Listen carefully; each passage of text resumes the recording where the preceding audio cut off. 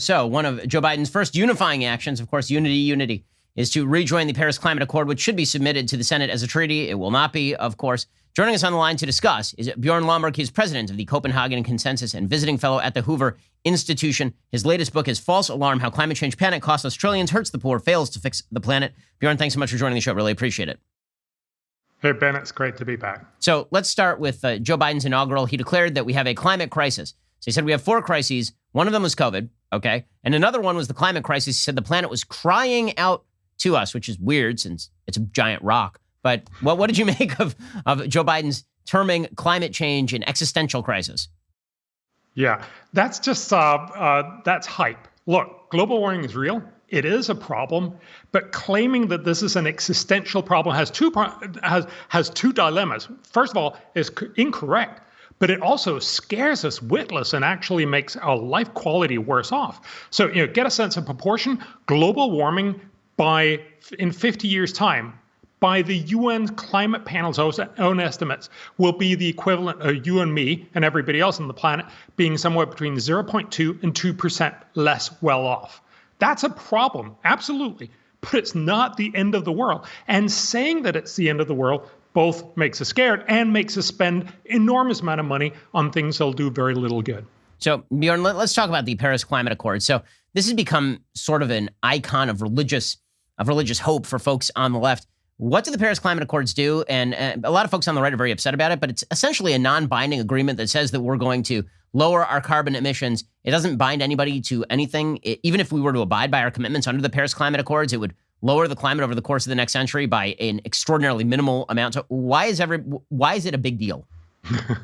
Well, if you remember back to the previous thing that we all love to get excited about, that was the Kyoto Accord back in the late 1990s. Everybody was saying, see, we've done the Kyoto Accord and it'll save the planet. Of course, it did no such thing. We all knew that at the time, but it still felt like this was a big unifier. Now it's the Paris Climate Accord. It essentially promises a lot more, but it is the same kind of promises as you just pointed out. A lot of nations making a lot of nice declarations, but if you actually look at what they promised, and the UN has done that, they've collected all the promises and said, if everyone does everything they promised, it will lower temperatures by the end of the century by 0.09 degrees Fahrenheit. And if we all do this for the rest of the century, which of course is much more than what we promised, it will lower temperatures by 0.3 degrees Fahrenheit. Now, that's not nothing, but remember, by the end of the century, this will probably have cost us somewhere between $60 and $120 trillion.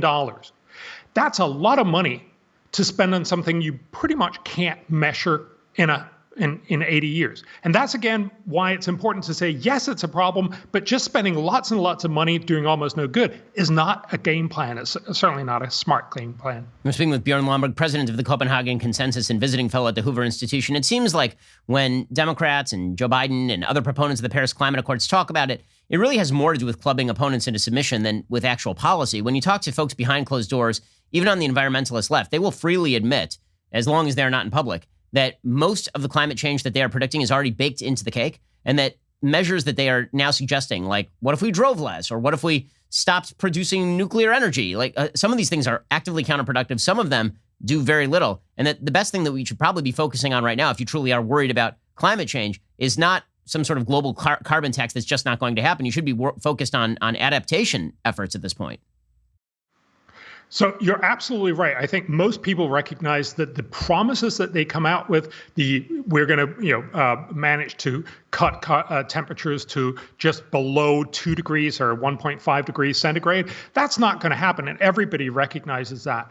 I think a lot of people are very, very scared. I speak to a lot of people who are genuinely scared. If you keep hearing one story after another, oh, there was another hurricane, there was another this, there's another that, you get this sense that this is really scary. If you look at young people today, they really believe that there might not be a future for them to take over. That's terrible in and of itself, but it's also wrong, as we talked about just a minute ago. This is a problem, not the end of the world. When people say, for instance, last year was the biggest hurricane season ever. Well, yes, in terms of named hurricanes, because we have satellites that can pick out hurricanes nobody ever actually get to experience anymore. But if you notice the actual amount of hurricane energy across the globe, remember the North Atlantic was big, but everywhere else it was really, really small. 2020 was actually one of the weakest hurricane seasons on the satellite record. You never hear that because you don't see CNN going out and saying, there used to be a hurricane here, but there's not this year. You don't get those stories. So the reality is you need to get a grip of what can you actually do? And that goes to your question, where should we be spending our money? Absolutely an adaptation. But we're going to do most of that because it simply makes private, smart sense. But we also need to invest a lot more in green energy research and development. Fundamentally, right now we're trying to switch over to green energy that's more costly than fossil fuels. That's not going to work. Most people don't want to do that. And certainly most of the people who are going to emit most CO2 over the century, which is China, India, Latin America, and Africa, they're not going to want to do that. But if we could innovate the price of green energy down below fossil fuels, of course, everyone would switch. So the whole point here is to say, instead of trying to force people to do what they don't want to do now, make sure you make innovation such that everyone will eventually want to switch. That could be nuclear. Right now, nuclear is more costly most places, certainly in the rich world. But imagine if we could make nuclear almost cheap or free. Everyone would switch. And the same way with pretty much everything else. Bjorn Lomborg, president of the Copenhagen Consensus. Go check out his book, False Alarm. Professor Lomborg, really appreciate the time. Thank you.